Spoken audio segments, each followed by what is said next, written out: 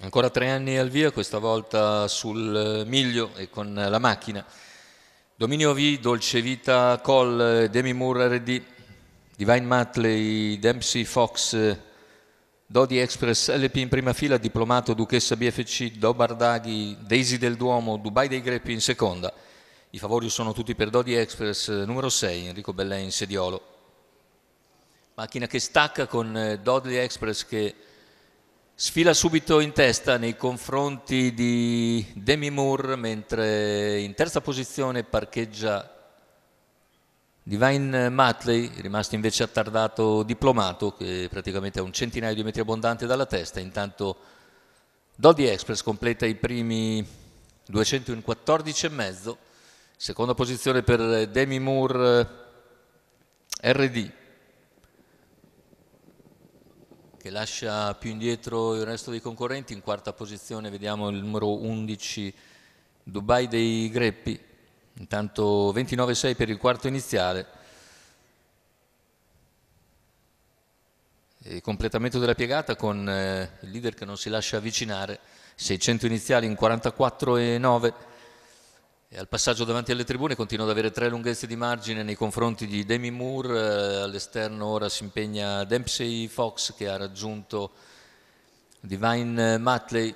Percorsi esterni c'è anche Dolce Vita che raggiunge Dubai dei Greppi. A largo anche Do Bardaghi. Intanto il chilometro viene coperto dalla testa in 1,15,4. E non cambia nulla tatticamente, all'esterno nessuno riesce a farsi luce per il momento e in seconda posizione rimane Demi Moore RD.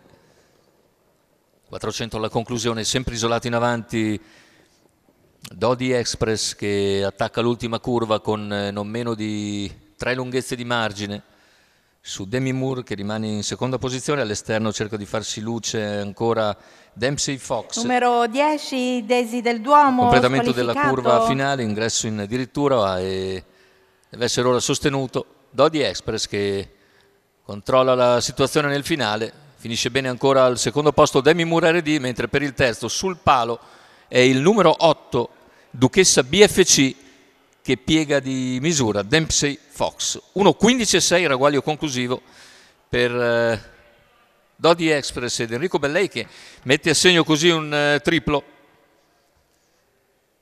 Terza vittoria su altrettante corse per Enrico Bellè, che porta al successo Dodi Express LP.